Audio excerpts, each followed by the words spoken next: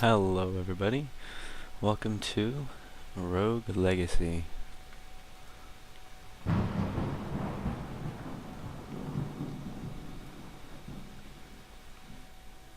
I am Vegranith,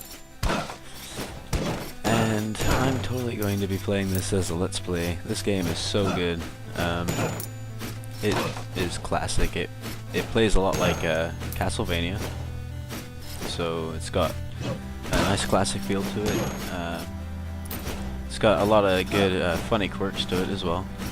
You play a family as such. You play all the heirs of the family, starting from this guy.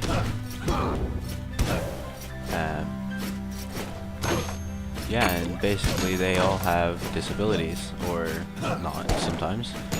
You can actually get characters that don't, but for the most part, some of them are disabilities, like IBS, so you fart when you jump occasionally, which is quite funny. But there's other ones where you are literally upside down, it's called vertigo, so that one's quite, it definitely disables gameplay, for sure. It makes the game harder to play. So yeah, it's pretty funny in that regard. It's definitely interesting. I don't want to attack you though. Why? Fine. So yeah, that's the start of the game. That's the intro there. So again, you start off and you have a manor, which starts out as nothing.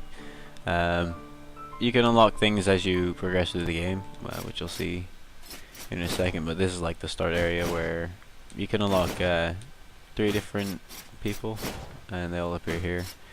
And you can enter the castle here, and it's all generated randomly throughout like a bunch of structures,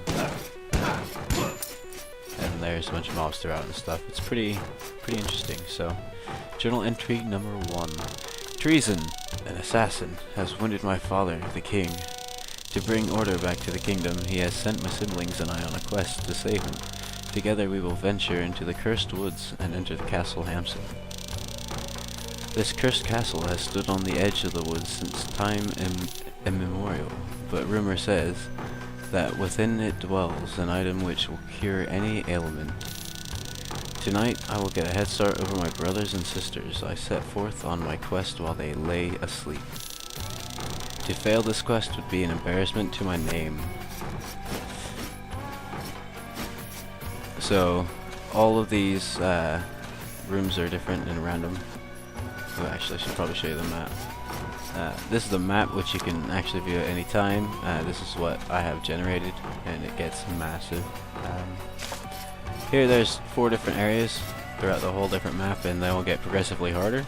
The forest and the tower and the dungeon we're not going to worry about.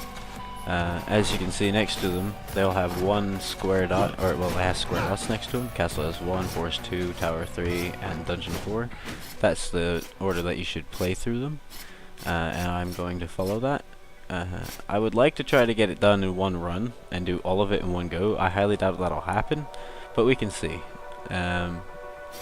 On this door here you can see the 4 different circles. There's 4 bosses. Makes sense, right?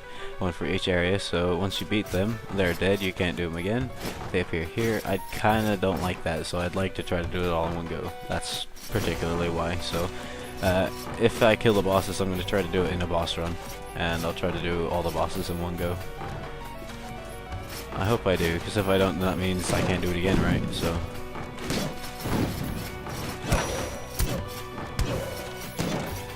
yeah, you start out really weak, you can't really do a whole lot. You get money from killing mobs and breaking things.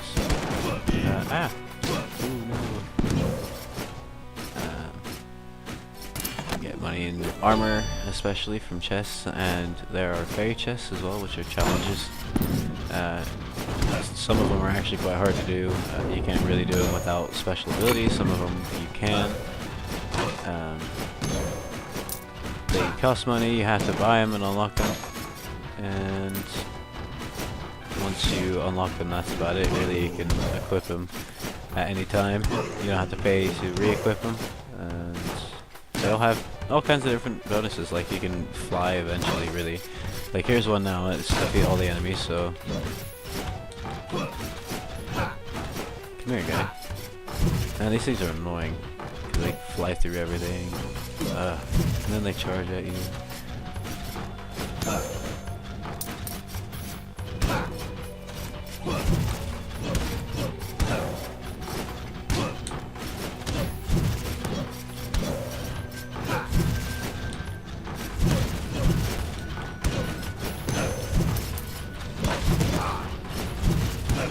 Oh man, there's a lot of them.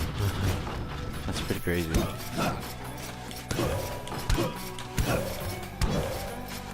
Alright. Oh, also I play this with a Xbox controller. Oh no, I died. Oh well. Yeah, I play it with an Xbox controller. It makes it a lot easier.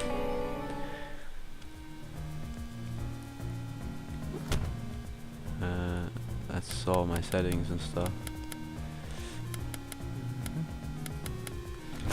So yeah, you can view your character here, see all of his stats and stuff. That's pretty cool. And then you can choose your hair, which is the air. H is silent, I suppose.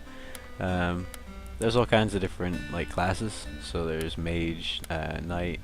There's another one, the paladin. And they have all the different stats here. So there's the knight. Yeah, your standard hero, pretty good at everything. Mage, a powerful spellcaster. Every kill gives you mana. And then there's endomorph, which is a trait. You're so heavy, enemies can't knock you back. That's actually quite handy. That one's I find to be quite useful, especially when you want to try to get up close and just beat face. CIP, congenital insensitivity to pain. No pain. So you don't see your health, I believe. I think your health bar is just blank, which is kind of sucky. And then yeah, there's a few other ones. That one, basically, whenever you get hit, you swear occasionally, but it doesn't actually swear. It just shows a bunch of a blurb, essentially. There's OCD, which when you break stuff, you get mana. It's quite useful, special on a mage. Hypergonadism, you're permaroided, attacks knock back enemies further, so that's a pretty useful one sometimes. Blade Wall is one of the spells you can get. It's pretty cool. You can just summon a sword right in front of you. It's not really a wall. You kind of like, you summon it in front of you, and then if you summon it on a mob, it'll sit there and damage it, but it's not very useful. Axe is pretty cool though. It just throws a giant axe in an arc, as it says. So all of these cost mana. I quite like that one, really, but having a mage with OCD that's really good. But I really like the knight. I think I'm gonna take that one. Blade Wall isn't particularly useful, but she doesn't have any, debuffs or anything. So right here's a smithy. So the blacksmith can build the finest equipment in the world, turning you into a veritably virtuous violent villain vaporizer. That's quite a mouthful. Gathering blueprints will give him an even wider array of assorted armaments for your armory, even. So, as you saw earlier, I got that chest and it had a blueprint in it, and that's exactly what that's for. It's for armor. So I can go ahead and get an upgrade, but I think I'm going to check out this guy first. I'm going to see what he's got. Not going to bother reading all this. Squire sword, they cost 250. We've got a few things here. That's 150, 350, and 200. Well, that's all actually pretty expensive, so I'm just going to go ahead and grab that. You want to make the most of your money, because once you actually come over here, this guy says one must pay the toll. Then you have to give him all your money to re-enter the castle. So that's always fun. So if you don't get enough to buy something, tough luck. Ooh, hey. Ooh, snap. Oh my gosh, wow. Ow. Man. There's too much stuff, man. I'm almost dead already.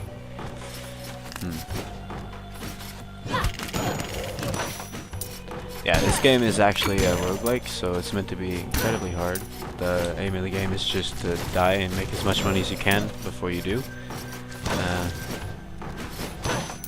And eventually you can try to beat the game once you get better stuff.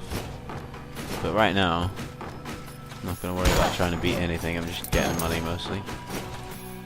I'd like to grab that chest. Thank you. Oh. Ah.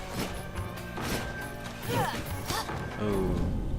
At least I got the chest before I died, so that means I can probably get at least something. Maybe 2 somethings. Let's see. Ah, the Knave. Risky hero. Low stats, but can land devastating critical strikes. And it's nearsighted, so everything far away is blurry. And that means that the edges of the screen will be dark. We have another Knave with ADHD, which means you move faster, and gigantism. You were born to be a basketball player. You're just really big. And as you can see on the picture, you obviously are really big. That one's always fun. I don't really like the Knave, though. It's not my favorite class. I really like the Barbarian, though. And it has hypergonadism. So, probably gonna go with that one. I like the daggers more than the axe, though. Yeah, I think we go with this.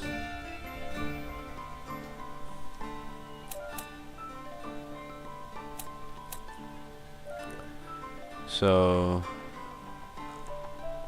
I don't know if I'm gonna get the upgrade yet, but each class has their own sort of upgrade to sort of make them stronger, and they all get a special ability with those.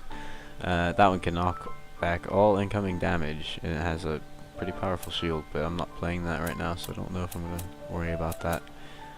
I think I'm just gonna go for the health because I'm playing a barbarian. That's always really handy. I can still afford that though.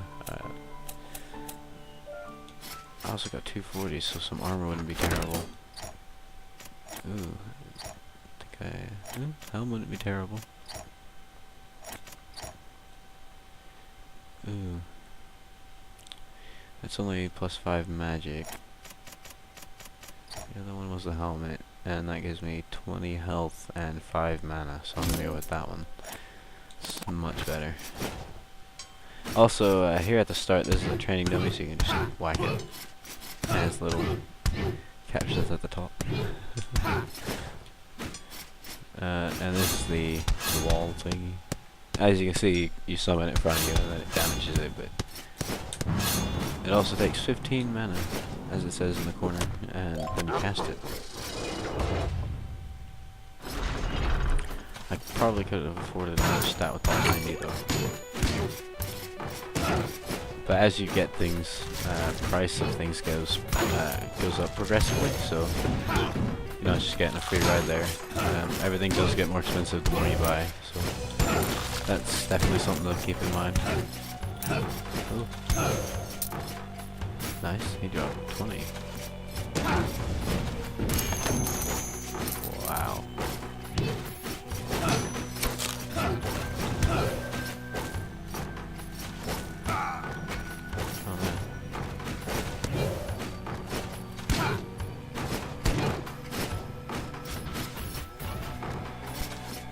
Really?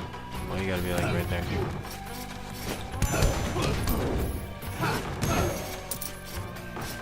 Not worth that money.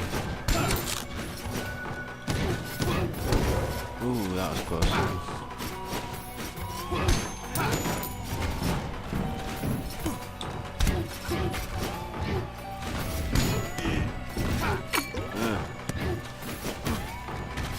Damn you.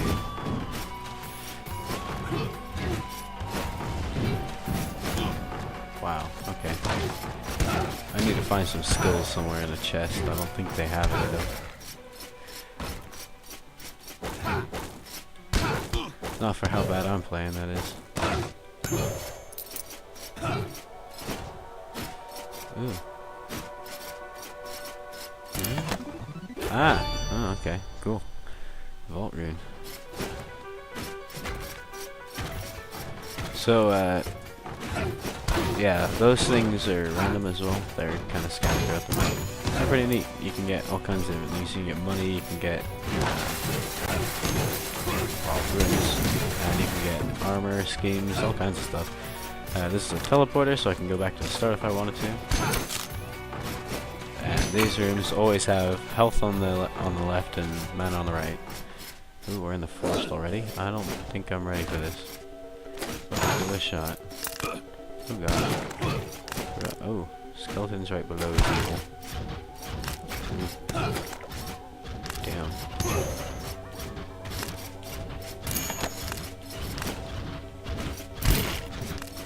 Oh, snap, I should have jumped. It's not bad though. Okay. So what we got? We got Knight. We got the Knave. Ah, with Vertigo. And another Knave. With Boldness, that's not bad. Dwarfism. Ah, I like Dwarfism. And it's a Knight, so we'll go with this one. We're basically going to be miniature. It's pretty awesome.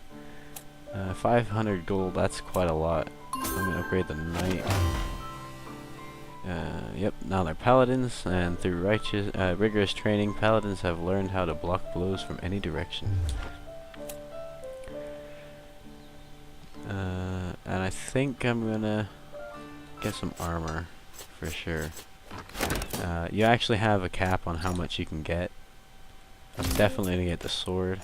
That's important. You want to do as much damage as possible. And I think I want to try to get the Enchantress if I can. Might as well just spend the rest on stats though. Ah, there we go. Now I can get the Enchantress, which is 110 gold. That's, ouch, that's expensive. Oh, we're so tiny.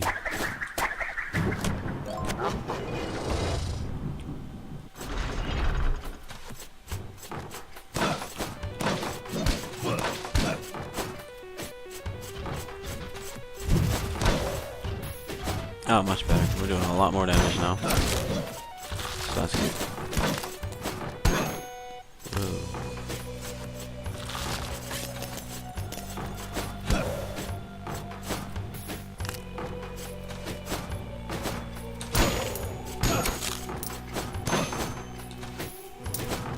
Okay. So one thing I actually really want to get is the runes that give you health whenever you kill enemies. I can't remember what they're called right now. Journal entry number 2. Although I am the eldest child, I'm not my father's favorite. I have always known he planned to leave me with nothing. But if I find the cure, everything will change. The victor will earn nothing less than the throne upon his passing. Upon my ascension, my wife and my children shall move back into the royal quarters, back to the royal city where we once again will be treated with the respect we deserve.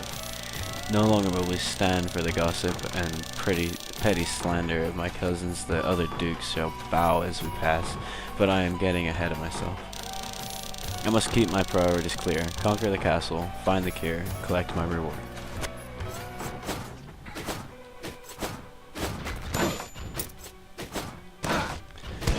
So there is actually some sort of story to the game. And you basically discover it as we go along, so I will keep reading those parts. But the bit like the Enchantress and stuff, like I'm not going to bother reading that part. If you want to know, buy the game. It's totally worth it. It's not actually that much. I think it's only about £15 at max.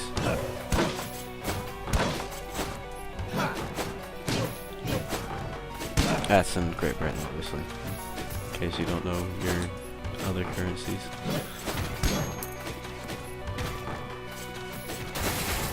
Oh, zombie, really? Ow.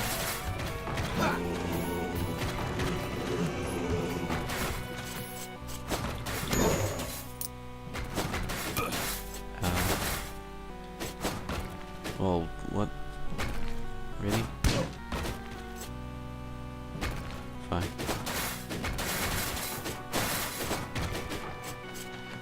one thing I haven't seen yet, and I'm kind of surprised about, is Doomvasts. They're evil. They're paintings, which are haunted, and you can kind of see them when they're on the wall.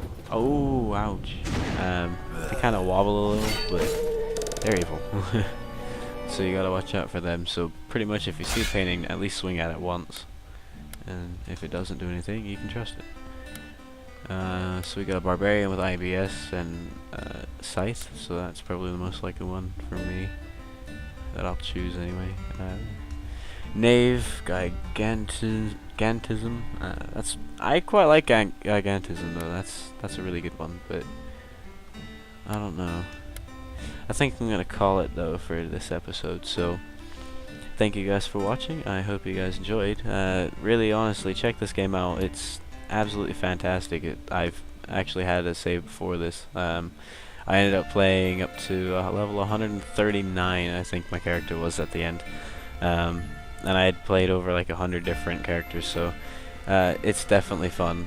It sucks up a lot of time. I've spent like 40 hours on it already, so check it out. You'll definitely enjoy it. So take it easy, guys, and I'll see you next time.